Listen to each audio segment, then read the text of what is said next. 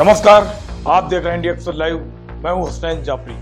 जिस तरीके से आपको मालूम है सबसे ज्यादा गरीबों का देश माना जाता है वो है नेपाल।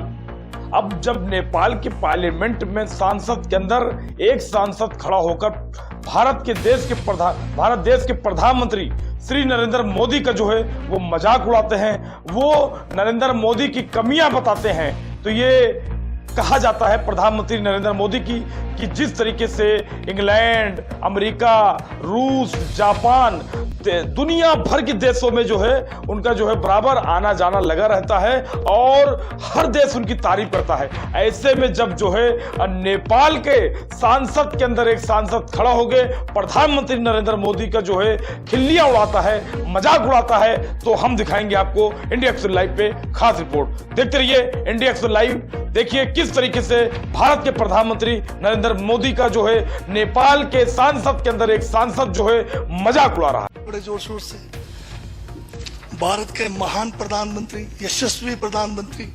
अब मैं ये पूछना चाहता हूं, भूटान को 10,000 करोड़, मंगोलिया को 70,000 करोड़, बांग्लादेश को 15,000 करोड़, मॉरिशस को 5,000 करोड़, नेपाल और अफ्रीका के देशों को 39 अरब करोड़, सरदार स्टैच्यू को 3,000 करोड़, उद्योगपतियों का ऋण माफ करने के लिए 5,55,000 करोड़, मोदी की विदेश यात्राओं पर 25,000 करोड़ और बीजेपी का मुख्यालय का 350 करोड़, मोदी और बीजेपी के विज्ञान पे 5,000 करोड़, मोदी की सुरक्षा में 24 घंटे में 1 करोड़ रुपए दिन का खर्च कर रहे हैं और साल में 591 करोड़ 30 लाख रुपए आप खर्च कर रहे हैं। और पिछले 5 सालों में कुंभ के मेले में 15,000 करोड़ और यूएसए के प्रेसिडेंट ट्रंप को नमस्ते करने के लिए 100 करोड़। तो ये यशस्वी प्रधानमंत्री है क्या? इस किस्म के प्रधानमंत्री को यशस्वी कहेंगे? आपने जो है भारत को उच्चतम बेरोजगारी के दर पर पहुंचा दिया है।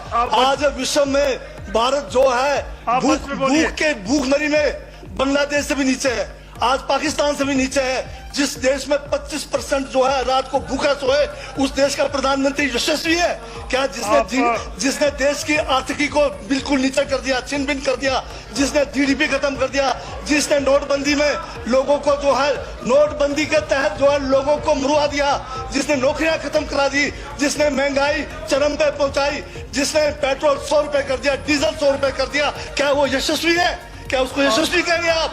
यशस्वी प्रधानमंत्री है आपका, जिसने भारत के सैनिकों को शहीदों की संख्या पिछले 30 सालों में सबसे ज्यादा है। क्या ये यशस्वी प्रधानमंत्री है?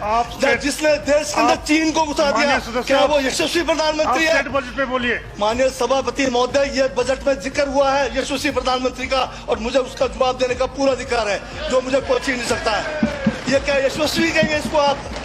बहुत यशस्वी है। देश का जो है आज बिल्कुल देश को आर्थिक रूप से कंगाल, राजनीतिक रूप से कश्मीर से कन्याकुमारी जो अखंड भारत है वो खंड होने जा रहा है।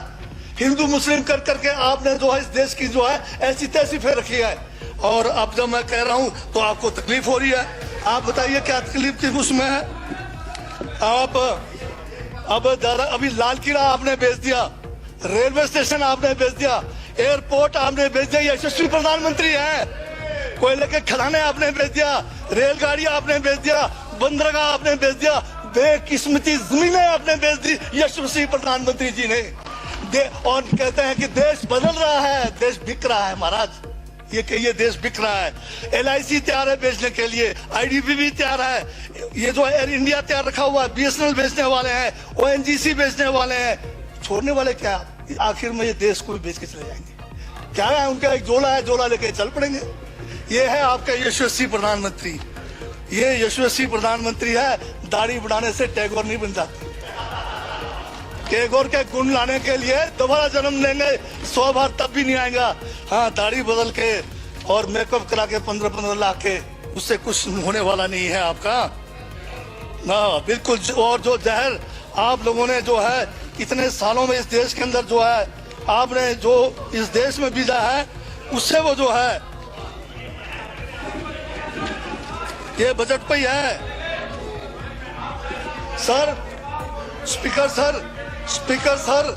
स्पीकर सर, यशस्वी प्रधानमंत्री जी का जिक्र बजट में आया है, इसलिए मुझे भी जवाब देना पड़ा है। और मैं यहाँ ये कह के इस बात को समाप्त कर देना चाहता हूँ, बर्बाद गुलिस्तान करने को तो एक उल्लू काफी था। हर शाख पर उल्लू बैठा है, अंजामे गुलिस्तान का क्या होगा।